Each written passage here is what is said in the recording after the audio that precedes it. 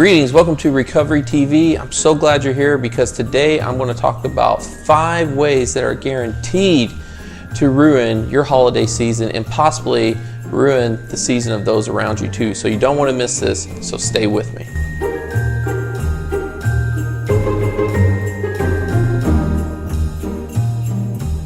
Hello everyone, I'm Josh Nichols and this is Recovery TV, a channel that is dedicated to helping guide you through your mental health, relational health, and recovery health journey. So glad you're here today because I have a special holiday edition where we're going to talk about 5 ways that will most likely ruin your holiday season if you're not careful. But before we begin, I'm going to ask you to please subscribe to our channel and don't forget to ring that bell if you like what we're doing, you like the videos we're putting out, and that way you can be notified as new videos come up. Also, I want to encourage you to stay to the very end because in addition, I'm going to give 5 power tips. Yeah, that's right, 5. I usually just give 1, but I'm going to do 5 power tips on how to handle the topic of politics and religion as it comes up this holiday season. So you don't want to miss that. So let's dilly-dally no longer and let's get to the reason that you clicked on this video.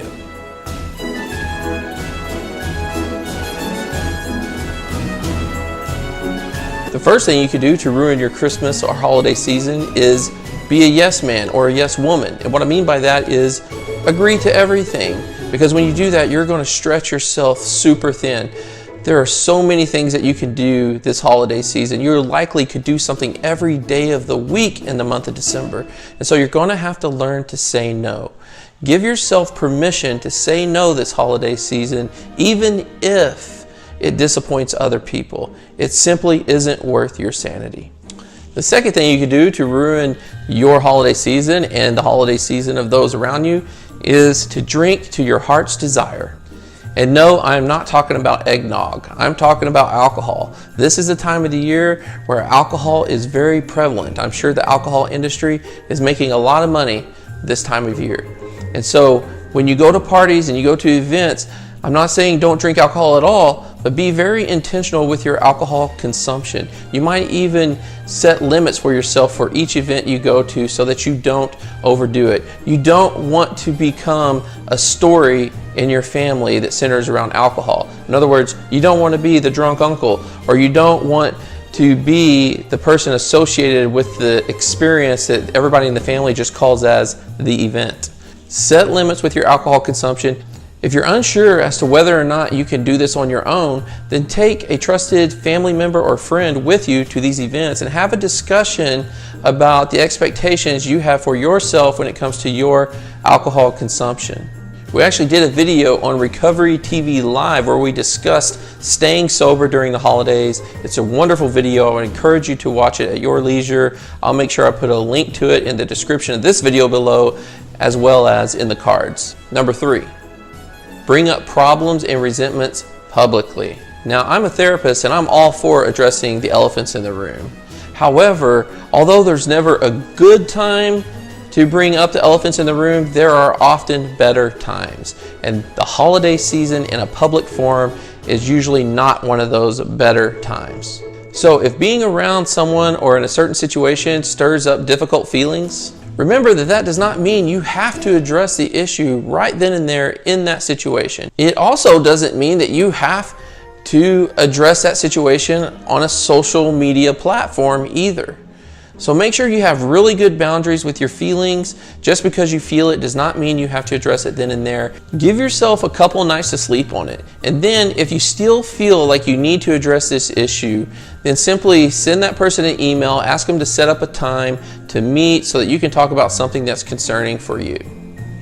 You might even ask them politely if they'd be willing to do it after the holiday season. If that person is unwilling to grant your request for a meeting, then sometimes you just have to find a place of resolve within yourself to know that you did what you could to try to address the issue or mend that relationship and learn to be okay with it. Number 4, get highly offended when your plans change. So if you're a very rigid person or you've packed your schedule so full that it does not allow room for change, then you are setting yourself up to fail this holiday season. Like I said earlier, the holiday season is very busy and things are likely going to change. So my encouragement to you is to have some wiggle room in your plannings. Don't pack your schedule so full that it won't allow for any wiggle room. Or if you happen to deal with perfectionism, give yourself permission to not be perfect this holiday season, and that mistakes will happen, changes will happen, things will fall through and not work out as you expected, and that's okay, because that's what it means to be human. And the fifth and final way that is guaranteed to ruin your holiday season and a holiday season of those around you is to stop taking care of yourself. Again, because we get so bogged down with the hustle and bustle of the holiday season, we're adding irons into the fire, and the first thing to go is often our self-care. We stop working out regularly, we stop eating right, we stop meditating, and just simply doing the things that are good for us. So I'm going to encourage you is to hold your self-care activities sacred this holiday season. Don't let those be the things that give as you add irons to the fire. If you do that, you will be glad you did, and so will others around you.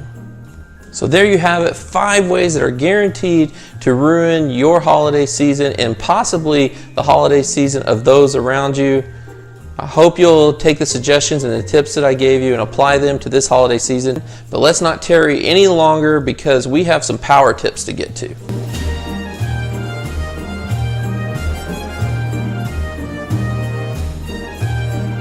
So occasionally I've been asked how I feel about people discussing politics and religion in certain settings, like the holiday setting or family gatherings and so on and so forth. And to be honest with you, I really don't mind it that much, so as long as it stays cordial and people are kind. But that's the concern that people have, because these topics are typically very sensitive in nature. So I'm very quickly going to give you 5 power tips on how to handle the discussion of politics and religion this holiday season. The first suggestion I would have is don't freak out.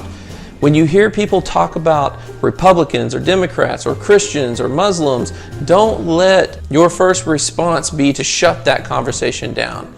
Many people are actually able to have those types of conversations in a very mature and diplomatic way.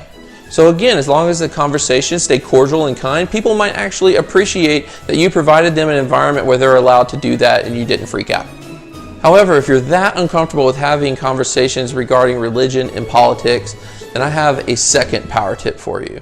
Politely change the topic. And when you do that, it actually sends a message to that person in a very kind and gentle way that they have stumbled into an area that you simply aren't comfortable with. The third tip I have for you, and this is particularly for those who are planning the events, you can actually send an email to your friends and family that are coming to the event outlining your expectations regarding discussions during the event itself. And so I have planned a lot of events with friends and family, and we're likely sending emails through Facebook or through an actual email account itself, where we are talking about who's bringing what food, where we're going to meet, what time we're going to meet, what time we're going to leave, if and when we're going to exchange gifts, and so on and so forth. So in that email, in that conversation, you can also talk about your expectations regarding the discussion of politics and religion. And even though that could be frustrating for some to see that in the email, a lot of times they will likely respect your wishes.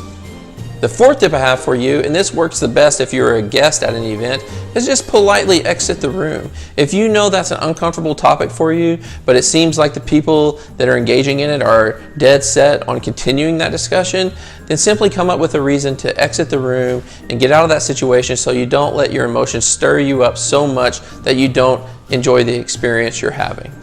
And the final tip I have for you to handle the discussion of religion and politics during the Christmas and holiday season is to be firm only as a last resort. So in other words, if people simply aren't respecting your wishes, or they have made the situation very uncomfortable, or it's turning into a heated discussion or a heated argument, that is a time that you might have to be firm and maybe even put your foot down. Yes, it's uncomfortable when it happens, and it likely will happen to some this holiday season. But remember, only do it as a last resort. Thank you everybody for watching to the very end. I hope you have a great holiday season. Please subscribe to our channel. Remember, I only gave you 5 guaranteed ways to ruin the holiday season for yourself and others. So that means there's more. And if you know of other ways that you feel like is important to mention, then please do so in the comments of this video below. I also only gave 5 power tips for handling the discussion of religion and politics. You might have some other tips that have worked very well for you and viewers of this video might benefit from, so please put those in the comments of this video below. I appreciate you watching and I'll see you back here next time.